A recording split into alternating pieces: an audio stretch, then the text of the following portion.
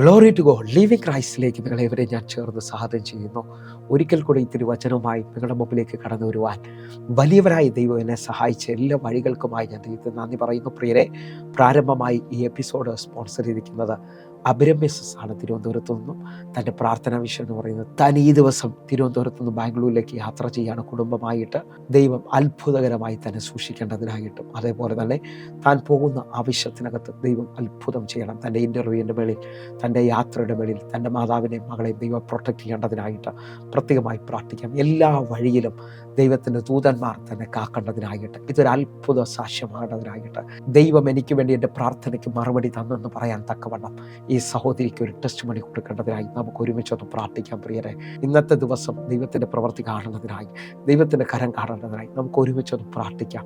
ദൈവം അത്ഭുതങ്ങളുടെ ദൈവമാണല്ലോ, ദൈവം വാക്കുമാറാത്ത ദൈവമാണല്ലോ, ദൈവം പ്രവർത്തിക്കുന്നവനാണല്ലോ. കണ്ണുകൾ അടയ്ക്കാം, പ്രാർത്ഥിക്കാം. പ്രിയരെ, ദൈവത്തിൻ്റെ വലിയ എഴുന്നേൽപ്പിനായി പ്രാർത്ഥിക്കാം. ഈ കുടുംബത്തിന് വേണ്ടി ദൈവം ചലിച്ചെന്ന് പറയാനായിട്ട് കണ്ണുകൾ അടയ്ക്കാം, പ്രാർത്ഥിക്കാം. ഞങ്ങളെ സ്നേഹിക്കുന്ന ഞങ്ങളുടെ നല്ല ദൈവമേ, അഭിരമ്യനായി പ്രാർത്ഥിക്കുന്നു. കർത്താവ്, കുടുംബമായി കാക്കണമേ അപ്പ. താൻ എന്തിനു വേണ്ടിയാണോ ഇറങ്ങിത്തിരിക്കുന്ന യാത്രയിൽ അല്ലെങ്കിൽ പോകുന്ന കാര്യത്തിലെല്ലാം ദൈവത്തിൻ്റെ ദൂതന്മാർ തനിക്ക് മുമ്പായി ചലിക്കണം. 91 സങ്കീർത്തനം 11 വാക്യം, നിൻ്റെ എല്ലാ വഴികളിലും നിന്നെ കാക്കേണ്ടതിൽ അവൻ തൻ്റെ ദൂതന്മാരോട് കൽപ്പിക്കും. കർത്താവെ, ദൂതന്മാർ ചലിക്കണമേ, ദൂതന്മാർ കാക്കണമേ അപ്പ. യേശുവിൻ്റെ നാമത്തിൽ തൻ്റെ മാതാവിനെ മകളെ പ്രൊട്ടക്റ്റ് ചെയ്യണം. എല്ലാ തടസ്സങ്ങളും ഇപ്പോൾ നീങ്ങി പോവുകയാണ്. പേപ്പറുകൾ ശരിയാകട്ടെ, ആ ഇൻ്റർവ്യൂ പാസ്സാകട്ടെ, ദൈവത്തിൻ്റെ പ്രവൃത്തി വെളിപ്പെട്ട് വരട്ടെ. രോഗം ഇവരെ തുടരുക, പ്രശ്നം ഇവരെ മേളിൽ വരുക. ദൈവത്തിൻ്റെ കരം ഇവർക്ക്, ദൂതന്മാരുടെ സഹായം ഇവർക്ക് വേണ്ടി വെളിപ്പെടണം. യേശുവിൻ്റെ നാമത്തിൽ ഞങ്ങൾ പ്രാർത്ഥിക്കുന്നു. കർത്താവെ, ഇതൊരു അത്ഭുത സാക്ഷ്യമാക്കണം. ദൈവത്തിൻ്റെ പ്രവൃത്തി വെളിപ്പെടണം. അത്ഭുതങ്ങൾ വെളിപ്പെട്ടതിനായി സ്തോത്രം. യേശുവിൻ നാമത്തിൽ ഞങ്ങൾ ഒരുമിച്ച് ചേർന്ന് പ്രാർത്ഥിക്കുന്നു. വിടുതലായതിനായി നന്ദി. അങ്ങ് അത്ഭുതം ചെയ്തിരിക്കുന്നതിനായി സ്തോത്രം. യേശുവിൻ നാമത്തിൽ തന്നെ. ആമേൻ, ആമേൻ. പ്രിയരെ, അനുഗ്രഹിക്കപ്പെട്ട ഒരു എപ്പിസോഡിലോട്ട് ഞാൻ നിങ്ങളെ ക്ഷണിക്കുന്നു. പ്രിയരെ, മാറ്റമില്ലാത്ത ദൈവത്തിൻ്റെ തിരുവചനമായി ഒരിക്കൽ കൂടെ നിങ്ങളുടെ മുമ്പിലേക്ക് കടന്നു വരുവാൻ വലിയവനായ ദൈവം എന്നെ സഹായിച്ച എല്ലാ വിധങ്ങൾക്കുമായി ഞാൻ ദൈവത്തിന് നന്ദി പറയുന്നു. ദൈവത്തിൻ്റെ തിരുവചനവുമായി നിങ്ങളുടെ മുമ്പിലേക്ക് കടന്നു വരുമ്പോൾ ഈ വചനത്തിന് ജീവനുണ്ടെന്നും ഈ വചനത്തിന് എനിക്കും നിങ്ങൾക്കും രൂപാന്തരം വരുത്തുവാൻ കഴിയുമെന്ന് വിശ്വസിക്കുന്നുണ്ടെങ്കിൽ, യോഹന്നാനിലൂടെ യേശു കർത്താവ് വ്യക്തമായി പറയുന്നു, ഞാൻ നിങ്ങളോട് സംസാരിച്ച വചനങ്ങളാൽ നിങ്ങൾക്കിപ്പോൾ ശുദ്ധി വന്നിരിക്കുന്നു. നമ്മുടെ ജീവിതത്തിന് രൂപാന്തരം കൊണ്ടുവരുന്ന, നമ്മുടെ ജീവിതത്തിനകത്ത് മാറ്റം കൊണ്ടുവരുന്ന തമ്പുരാൻ്റെ തിരുവചനത്തിനായി നമുക്ക് ഒരുമിച്ചൊന്ന് ആശ്രയിക്കാം. പ്രിയരെ, അവൻ്റെ വചനത്തിന്, അവൻ്റെ ശബ്ദത്തിന് എൻ്റെ ജീവിതത്തെ മാറ്റുവാൻ കഴിയും. നിങ്ങൾ വിശ്വസിക്കുന്നവരാണെങ്കിൽ, ശതാധിപൻ കർത്താവിനോട് വന്ന് പറയുകയാണ്, അങ്ങയുടെ പുരയ്ക്കകത്ത് വരാൻ ഞാൻ യോഗ്യനല്ല, അങ്ങൊരു വാക്ക് കൽപ്പിച്ചാൽ എൻ്റെ ബാല്യക്കാരന് സൗഖ്യം വരും. എവിടെ നിന്നാണോ നിങ്ങൾ എന്നെ ശ്രദ്ധിക്കുന്നത്, ദൈവത്തിൻ്റെ ശബ്ദം നിങ്ങളുടെ ജീവിതത്തിനകത്ത് മാറ്റം കൊണ്ടുവരും, നിങ്ങളുടെ ആവശ്യങ്ങളിൽ പ്രവർത്തിക്കും. ഞാൻ ആത്മാവിൽ ഇങ്ങനെ വിളിച്ചു പറയാം, ആദിയിൽ ദൈവം ആകാശവും ഭൂമിയും സൃഷ്ടിച്ചു. 2-ാമത്തെ വാക്യം എഴുതിയിരിക്കുന്നത്, ഭൂമി പാഴും ശൂന്യമായിരുന്നു, എന്നാൽ വെള്ളത്തിന് മേളിൽ പരിശുദ്ധാത്മാവ് പരിവർത്തിച്ചെന്ന് അവിടെ കാണുന്നു. 1-ാമത്തെ ചിന്ത എന്ന് പറയുന്നത്, ദൈവമാണ് ആകാശത്തെയും ഭൂമിയും സൃഷ്ടിച്ചത്, എന്നാൽ ആ ഭൂമിയുടെ മേളിൽ 3 തിന്മകൾ വാണതായി കാണുന്നു. 1, ഭൂമി പാഴായിരുന്നു. 2, ശൂന്യമായിരുന്നു. 3, ഇരുളായിരുന്നു. ഇതേപോലെ എന്നെ കാണുന്ന, എന്നെ കേൾക്കുന്ന അനേകരുടെ ജീവിതത്തിനകത്ത് പാഴായ വർഷങ്ങൾ, പാഴായ അനുഭവങ്ങൾ, സാമ്പത്തികത്തിനകത്ത് ശൂന്യമായതുപോലെ, കുടുംബം ശൂന്യമായതുപോലെ, മുമ്പോട്ട് എങ്ങനെയെന്നുള്ള വലിയ ചോദ്യങ്ങൾ നിൽക്കുന്നവർ എന്നെ കേൾക്കുന്നുണ്ട്. ഇതേപോലെ തന്നെ 3-ാമത്തെ ചിന്ത എന്ന് പറയുന്നത്, മുമ്പിൽ മുഴുവൻ ഇരുട്ടാണ്. ഹല്ലേലൂയ. ഈ ഇരുട്ടിൽ എന്ത് ചെയ്യണമെന്ന് അറിയാൻ പറ്റാതെ ഭാരപ്പെടുന്നവർ. എന്നാൽ വചനം അവിടെ തീരുന്നില്ല കേട്ടോ. വെള്ളത്തിന് വെളിയിൽ പരിശുദ്ധാത്മാവ് പരിവർത്തിച്ചു. അതേ പരിശുദ്ധാത്മാവ് ഇപ്പോൾ നമ്മുടെ നടുവിൽ വ്യാപരിക്കുന്നു എങ്കിൽ, പരിവർത്തിക്കുന്നു എങ്കിൽ, നിങ്ങൾ വിശ്വസിക്കുക, ദൈവശബ്ദം വെളിപ്പെട്ടു വരും. ഭൂമി പാഴും ശൂന്യവുമായിരുന്നു, ആഴത്തിനും ഇത് ഇരുളായിരുന്നു, വെള്ളത്തിന് വെളി പരിശുദ്ധാത്മാവ് പരിവർത്തിച്ചു. ഇതാ 3-ാമത്തെ വാക്യം എഴുതുകയാണ്, വെളിച്ചമുണ്ടാകട്ടെ എന്ന് ദൈവം കൽപ്പിച്ചു. നിങ്ങളുടെ ജീവിതത്തിനകത്ത് എല്ലാ മേഖലയിലും സൊല്യൂഷനായ ദൈവത്തിൻ്റെ വെളിച്ചം, ദൈവത്തിൻ്റെ പ്രവൃത്തി ഇതാ വെളിപ്പെട്ട് വരികയാണ്. നിങ്ങൾ ഒരുമിച്ച് എൻ്റെ കൂടെ ചേർന്നുകൊണ്ട് പ്രാർത്ഥിക്കാൻ പറ്റുന്നുണ്ടെങ്കിൽ, ഷെയ്പ്പില്ലാത്ത പാഴായ ശൂന്യമാക്കപ്പെട്ട ഇരുട്ടായ അനുഭവത്തിനകത്തുനിന്ന് ദൈവത്തിൻ്റെ വെളിച്ചം നിങ്ങളെ എഴുന്നേൽപ്പിക്കാൻ പോകുക എന്ന് പറഞ്ഞാൽ, ഈ വചനം കേട്ടുകൊണ്ടിരിക്കുമ്പോൾ നിങ്ങൾ വിശ്വസിക്കുന്നവരാണെങ്കിൽ, നിങ്ങൾ ദേശത്തിൽ വാലല്ല തല തന്നെ ആയിത്തീരും. നിങ്ങളുടെ അവസ്ഥയ്ക്ക് മാറ്റം വരും, നിങ്ങളുടെ ജീവിതത്തിനകത്ത് മാറ്റം വരും. കാരണം ഈ വചനത്തിന് നമ്മുടെ ജീവിതത്തിൻ്റെ അവസ്ഥകളെ മാറ്റാൻ കഴിയും. കാരണം യെഹെസ്കേൽ പ്രവചനം 37-ാം അധ്യായം അതിൻ്റെ 4-ാമത്തെ വാക്യത്തിൽ പ്രവാചകനോട് ദൈവം വിളിച്ചു പറയുക, ഈ ഉണങ്ങിയ അസ്ഥികളോട് നീ പ്രവചിച്ചു പറയേണ്ടത്, യഹോവയുടെ വചനം കേൾപ്പിൻ.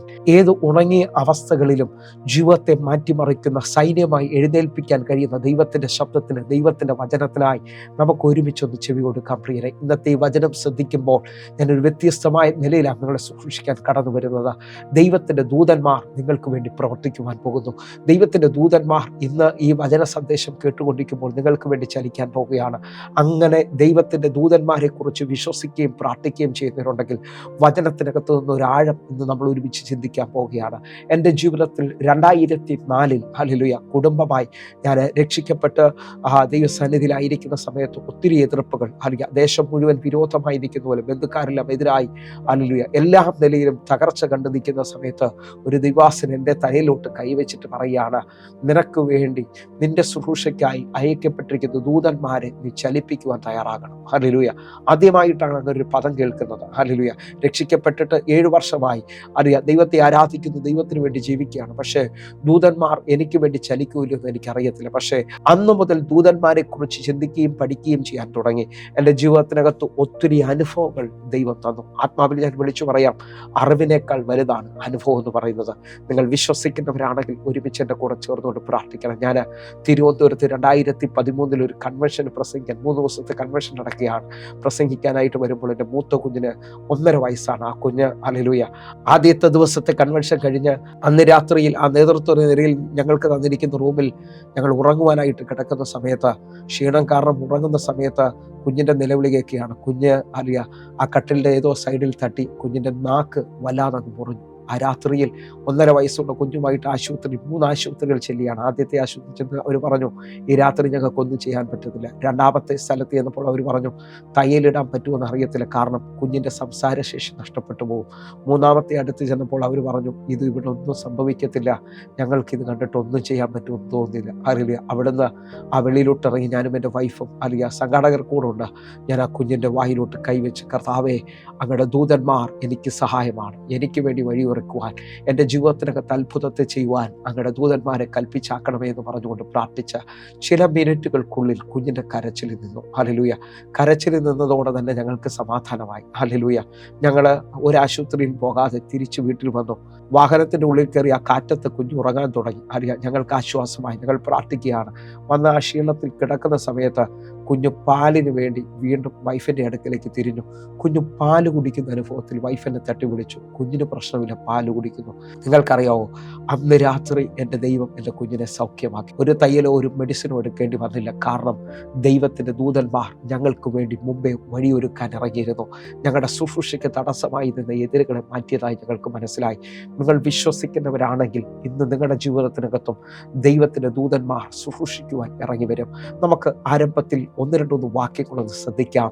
വിശുദ്ധ മാർക്കോസ് എഴുതിയ സുവിശേഷം 1-ാം അധ്യായം അതിൻ്റെ 2-ാമത്തെ വാക്യത്തിലേക്ക്, ഞാൻ നിനക്ക് മുമ്പായി എൻ്റെ ദൂതനെ അയക്കുന്നു, അവൻ നിന്റെ വഴി ഒരുക്കും. ഇതാ വിശുദ്ധ മാർക്കോസിലൂടെ നമ്മോട് ദൈവം പറയാണ്, ഞാൻ നിനക്ക് മുമ്പായി എൻ്റെ ദൂതനെ അയക്കുന്നു, അവൻ നിന്റെ വഴി ഒരുക്കും. എന്നെ കേൾക്കുന്നവരെ, മുമ്പോട്ട് പോകാൻ കഴിയാതെ വലിയ തടസ്സത്തിലും വേദനയിലൊക്കെ ശ്രദ്ധിക്കുന്നവരുണ്ടാകാം. നാളുകളായിട്ടൊരു സന്തോഷമില്ലാതെ, അറിയാം, ജീവിതം മുഴുവൻ എവിടെയോ അവസാനിച്ചു, എല്ലാ വഴികളും അടഞ്ഞെന്ന് പറയുന്നവർക്ക് വേണ്ടി ഇതാ ദൈവവചനം വ്യക്തമായി വെളിപ്പെടുത്തുന്നു.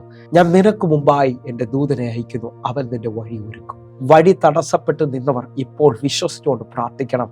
ദൈവത്തിൻ്റെ ദൂതന്മാർ നിങ്ങൾക്ക് വേണ്ടി ചലിക്കാൻ പോവുകയാണ്. ഒന്നുകൂടെ ഞാൻ നിങ്ങളുടെ ആത്മാവിൽ പറയട്ടെ.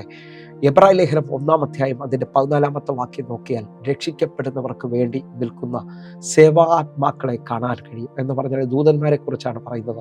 ഇംഗ്ലീഷിൽ ഏഞ്ചൽസ് തന്നെയാണ് കൊടുത്തിരിക്കുന്നത്. നിങ്ങൾ ശ്രദ്ധിക്കാൻ പറ്റുന്നുണ്ടെങ്കിൽ നിങ്ങൾക്ക് വേണ്ടി, നിങ്ങളുടെ ശുശ്രൂഷയ്ക്കായി, നിങ്ങളുടെ വഴി ഒരുക്കേണ്ടതിന് വേണ്ടി ദൂതന്മാർ ചലിക്കുന്നു എന്ന് കാണാൻ പറ്റും. 91-ാം സങ്കീർത്തനം 11-ാമത്തെ വാക്യം പറയുന്നു, നിന്റെ എല്ലാ വഴികളിലും നിന്നെ കാക്കേണ്ടതിന് അവൻ തൻ്റെ ദൂതന്മാരോട് കൽപ്പിക്കും. എന്നെ കേൾക്കുന്നവരുണ്ടെങ്കിൽ ഇതാ ദൂതന്മാർ ചലിക്കുകയാണ്. ദൂതന്മാരെ കുറിച്ച് നമ്മൾ സംസാരിക്കുമ്പോൾ ദൂതന്മാരുടെ മുകളിൽ സർവശക്തനായ ദൈവമുണ്ട് കേട്ടോ. ദൈവത്തെ മറന്നല്ലേ നമ്മൾ ഈ സംസാരിക്കുന്നത്.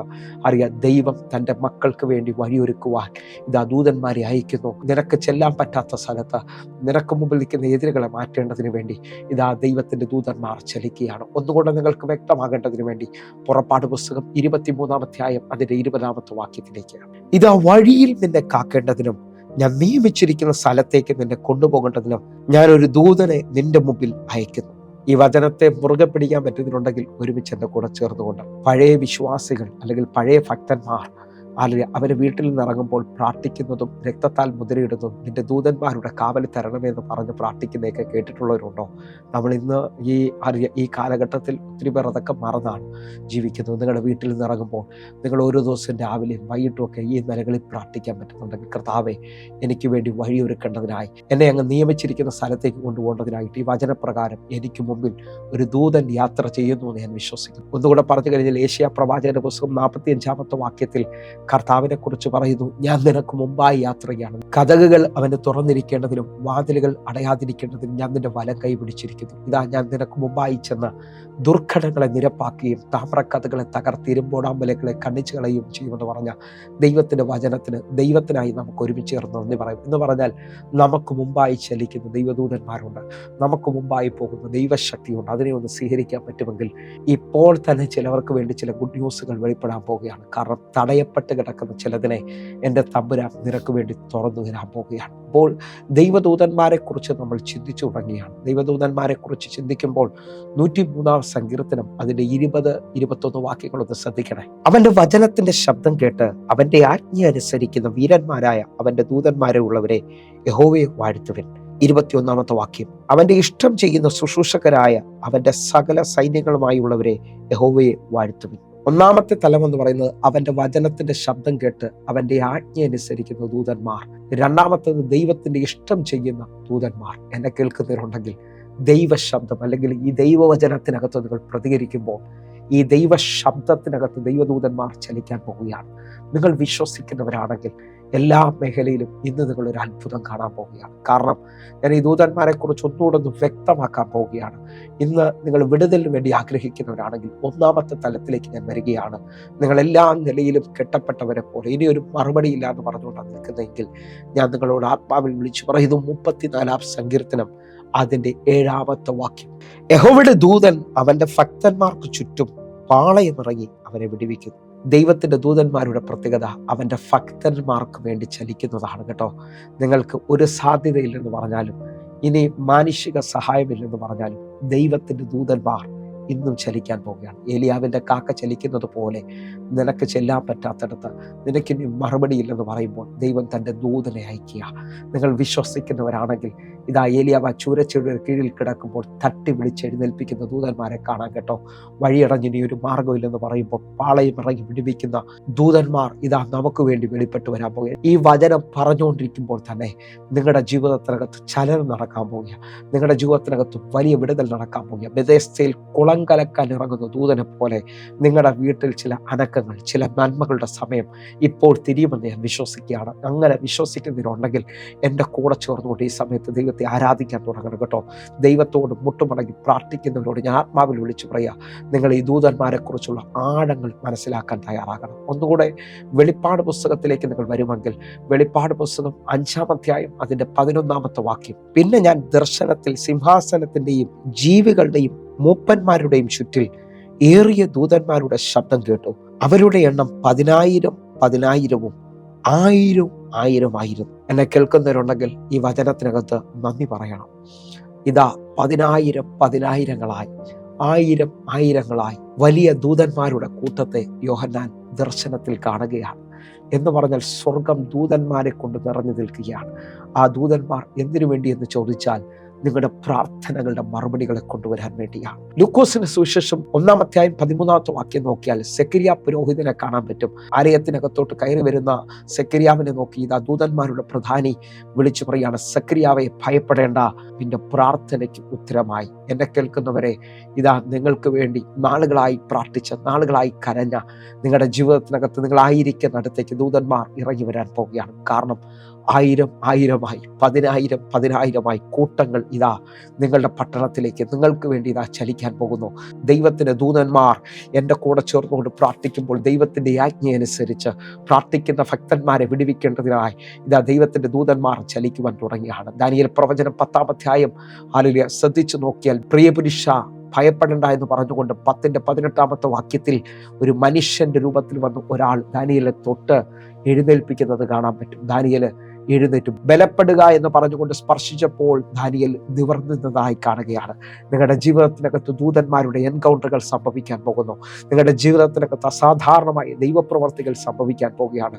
ഒന്നുകൂടെ നിങ്ങൾക്ക് മനസ്സിലാകേണ്ടതിന് വേണ്ടി ഞാൻ ചില കണക്കുകൾ നിങ്ങളുടെ മുമ്പിലോട്ടൊന്ന് വയ്ക്കാൻ ആഗ്രഹിക്കുകയാണ്. പഴയ നിയമത്തിൽ 108 പ്രാവശ്യവും പുതിയ നിയമത്തിൽ 165 പ്രാവശ്യമായി വാക്യങ്ങളിലൂടെ ദൂതന്മാരെ കുറിച്ച് ബൈബിൾ നമ്മെ വ്യക്തമാക്കുന്നു. എന്ന് പറഞ്ഞാൽ ഇത്രയും 273 പ്രാവശ്യം വാക്യങ്ങളിലൂടെ നമുക്ക് ദൂതന്മാരെ കുറിച്ച് പഠിക്കുവാൻ കഴിയുമെങ്കിൽ ദൈവത്തിന്റെ ദൂതന്മാരെ കുറിച്ച് അത്രയും വലിപ്പത്തിലാണ് ബൈബിൾ നമ്മെ വെളിപ്പെടുത്തി കാണിക്കുന്നത്. ഒന്നുകൂടെ പറഞ്ഞു കഴിഞ്ഞാൽ 104 പ്രാവശ്യം മനുഷ്യന്റെ മുമ്പിലേക്ക് ദൂതന്മാർ ഇറങ്ങി വന്നതായി ബൈബിൾ പഠിപ്പിക്കുന്നു. നിങ്ങൾ വിശ്വസിക്കുന്നവരാണെങ്കിൽ ഞാൻ നിങ്ങളുടെ ഒരു ആഴം പറയട്ടെ. നിങ്ങൾ പ്രാർത്ഥിച്ചുകൊണ്ടാണ് ഈ വചനം കേട്ടുകൊണ്ടിരിക്കുന്നെങ്കിൽ, നിങ്ങൾ ആരാധിച്ചുകൊണ്ടാണ് ഈ വചനം കേട്ടുകൊണ്ടിരിക്കുന്നെങ്കിൽ, ഈ ബൈബിളിൽ ഉൽപ്പത്തി മുതൽ വെളിപ്പാട് വരെയുള്ള പുസ്തകത്തിനകത്ത് ദൈവത്തിന്റെ ഭക്തന്മാർക്ക് വേണ്ടി ദൈവം പല നിലകളിൽ ചലിച്ചതായി, പല നിലകളിൽ പ്രവർത്തിച്ചതായി കാണാൻ പറ്റും.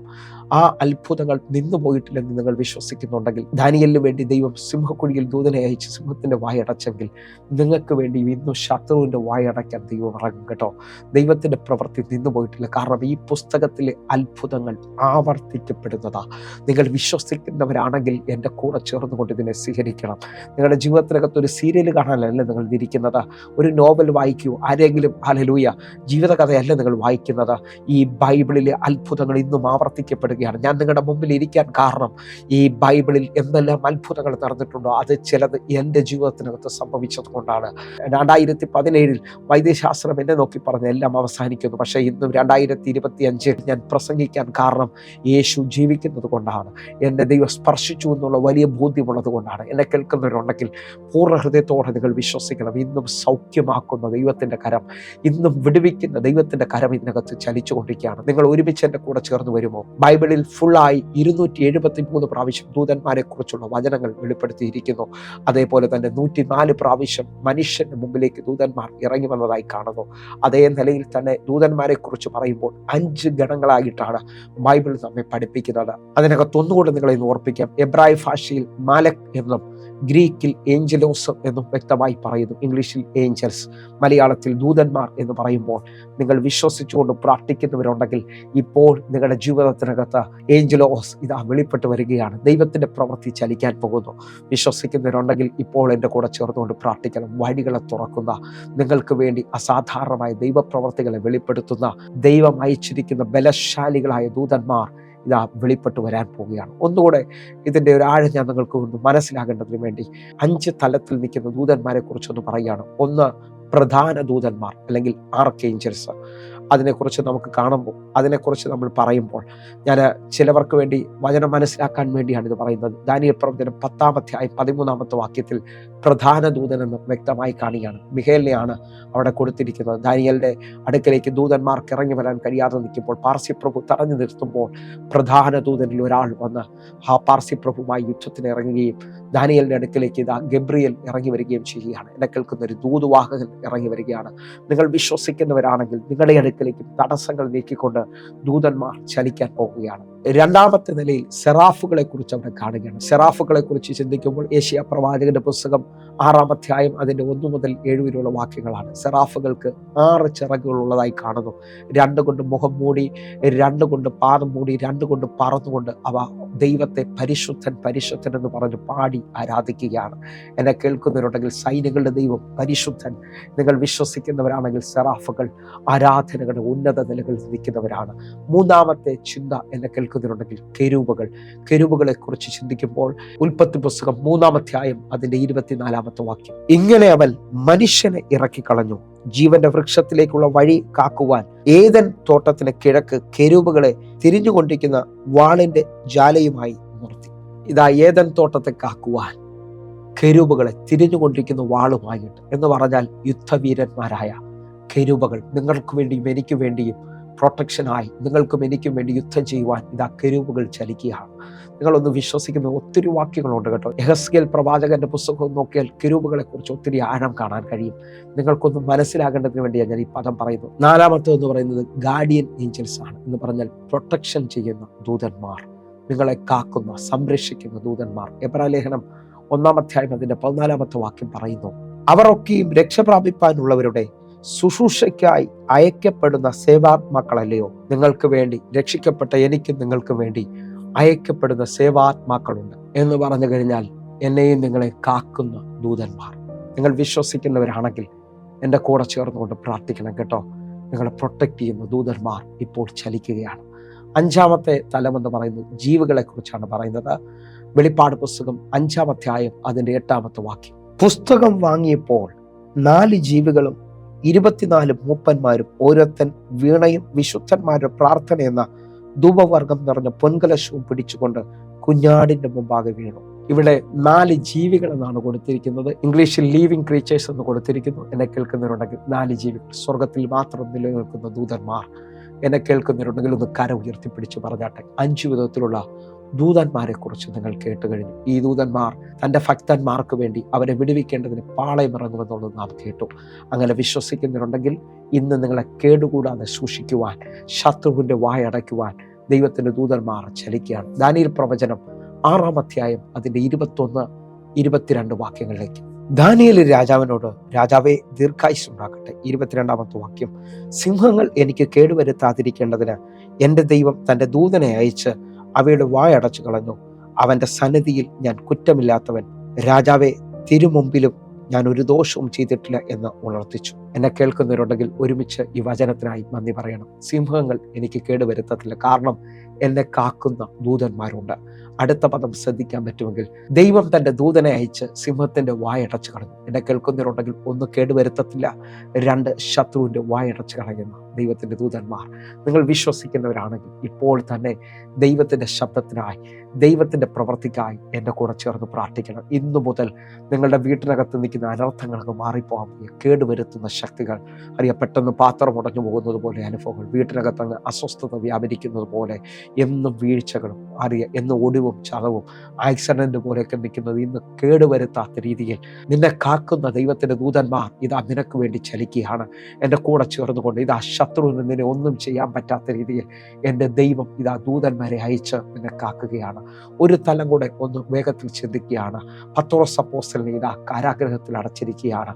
ശത്രുവായ ഹെരോദാവ് ടൈം ഫിക്സ് ചെയ്തിരിക്കുകയാണ്, ഡേറ്റ് ഫിക്സ് ചെയ്തിരിക്കുകയാണ്. പക്ഷേ ശത്രുവിൻ്റെ കയ്യിൽ താക്കോലുണ്ടെങ്കിലും, ഇനി അവൻ എത്ര ശക്തിയാൽ കാരാഗ്രഹം അടച്ചുറപ്പ് വരുത്തിയിട്ടുണ്ടെങ്കിലും, 1-ാം കാവലും 2-ാം കാവലും പട്ടണത്തിൻ്റെ വാതിലും തുറക്കാൻ കഴിയുന്ന ദൂതന്മാർ ഇതാ നിന്നെ വിടുവിക്കാൻ ഇറങ്ങുകയാണ്. എന്നെ കേൾക്കുന്നവരെ, ശ്രദ്ധയോടെ സഭ പ്രാർത്ഥിച്ചുകൊണ്ടിരിക്കുമ്പോൾ അന്ന് രാത്രിയിൽ ദൈവത്തിൻ്റെ ദൂതൻ അതിൻ്റെ നടുവിലിറങ്ങി പത്രോസിനെ കാരാഗ്രഹത്തിൽ നിന്ന്, ചങ്ങലയാൽ പൂട്ടപ്പെട്ടിരിക്കുന്ന പത്രോസിനെ കാരാഗ്രഹത്തിൽ നിന്ന് പുറത്തു കൊണ്ടുവരികയാണ്. നിങ്ങൾ വിശ്വസിക്കുന്നവരാണെങ്കിൽ എൻ്റെ കൂടെ ചേർന്നുകൊണ്ട് പ്രാർത്ഥിക്കണം.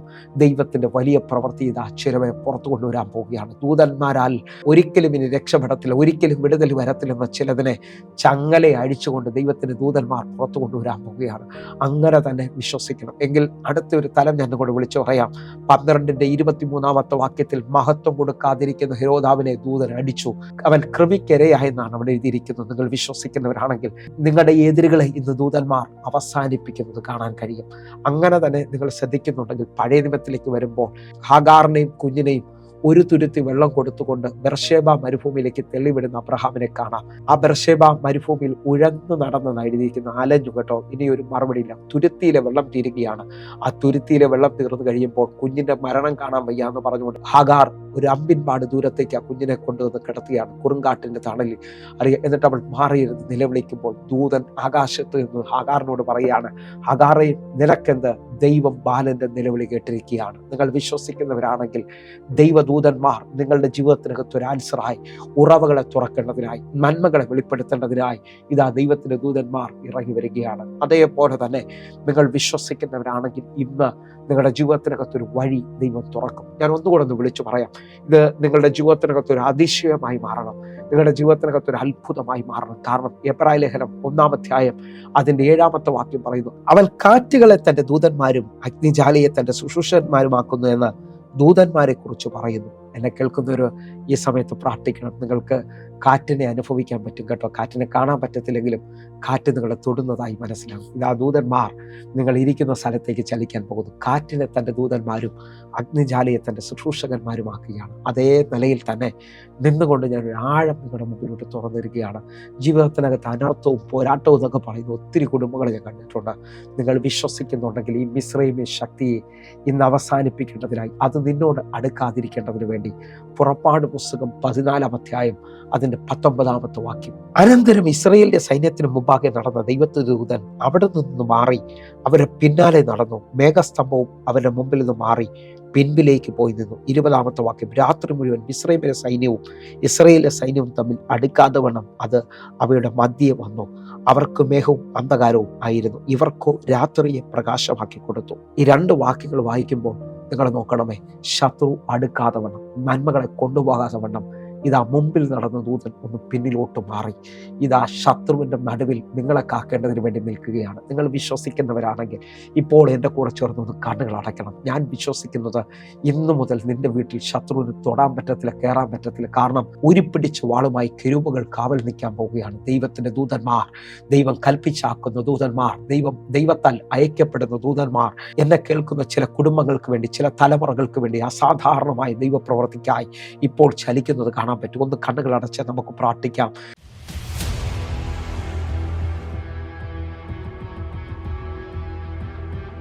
പിന്നെ അതുപോലെ എൻ്റെ മൂത്ത മോൾ അവിടെ UK-ൽ ഒന്നും അറിയത്തില്ല. അവിടെ എന്തോ കുറച്ച് ദിവസമായി വിളിച്ചിട്ട് അങ്ങനെ ഇരുന്നപ്പോഴാണ് ഞങ്ങളിവിടെ എന്നും വൈകിട്ട് വിളിക്കും പാസ്റ്ററെ കൊണ്ട് പ്രാർത്ഥിപ്പിക്കാനായിട്ട്.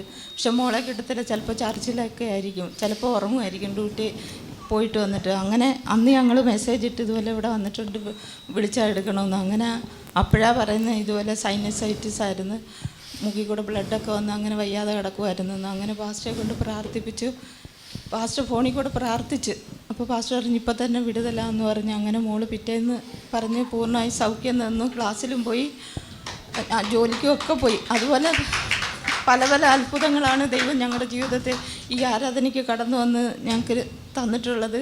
ആമേൻ. ഒന്ന് കരം ഉയർത്തിപ്പിടിച്ചുകൊണ്ട് സാക്ഷിയാകുക എന്ന് പറയുന്നത് വലിയ പദവിയാണ്. ഹല്ലേലൂയ. ദൈവം ഒരാളെ അനുവദിക്കുന്നതാണ്. ഒന്ന് കരം ഉയർത്തിപ്പിടിച്ച് ഞങ്ങളെ സ്നേഹിക്കുന്ന ഞങ്ങളുടെ നല്ല ദൈവമേ, പൂർണ്ണ ഹൃദയത്തോടെ ഞങ്ങൾ ഒരുമിച്ച് ചേർന്ന് പ്രാർത്ഥിക്കുന്നു. 91-ാം സങ്കീർത്തനം 11-ാമത്തെ വാക്യം പറയുന്നു, നിന്റെ എല്ലാ വഴികളിലും നിന്നെ കാക്കേണ്ടതിന് അവൻ തൻ്റെ ദൂതന്മാരോട് കൽപ്പിക്കും. കർത്താവെ, ദൂതന്മാർ ചലിക്കണമേ, ദൈവത്തിൻ്റെ പ്രവൃത്തി വെളിപ്പെടണമേ. അപ്പാ, അത്ഭുതങ്ങളെ അയക്കുന്ന, അത്ഭുതങ്ങളെ വെളിപ്പെടുത്തുന്ന ദൂതന്മാർ, ഇന്ന് ഗുഡ് ന്യൂസുമായി ഇറങ്ങി വരുന്ന ദൂതന്മാർ ഞങ്ങളുടെ നടുവിൽ വെളിപ്പെടുത്തണമേ. അപ്പാ, അനേക കുടുംബങ്ങളിൽ ഇതൊരു സന്തോഷ വാർത്തയായി, അനേക കുടുംബങ്ങളിൽ ഇതൊരു അത്ഭുതമാക്കി ഇന്നത്തെ ശുശ്രൂഷ അങ്ങ് തീർക്കുന്നതിനായി സ്തോത്രം. യേശുവിൻ നാമത്തിൽ ഞാൻ പ്രാർത്ഥിക്കുന്നു. കേൾക്കണം പിതാവേ. ആമേൻ, ആമേൻ, ആമേൻ. പ്രിയരെ, നിങ്ങൾ വിശ്വസിക്കുന്നുണ്ടെങ്കിൽ ഒരു അത്ഭുതം പ്രതീക്ഷിച്ച് നിങ്ങൾ വിളിക്കണം. ദൈവത്തിൻ്റെ ദൂതന്മാർ നിങ്ങൾക്ക് വേണ്ടി ചലിച്ചു കഴിഞ്ഞു. ദൈവം നിങ്ങൾക്ക് വേണ്ടി പ്രവർത്തിച്ചു കഴിഞ്ഞു. കർത്താവ് നിങ്ങളെ അധികത്തിൽ മാനിക്കും. എങ്കിൽ കർത്താവ് നിങ്ങളെ കാക്കുമാറാകട്ടെ. God bless you. ആമേൻ.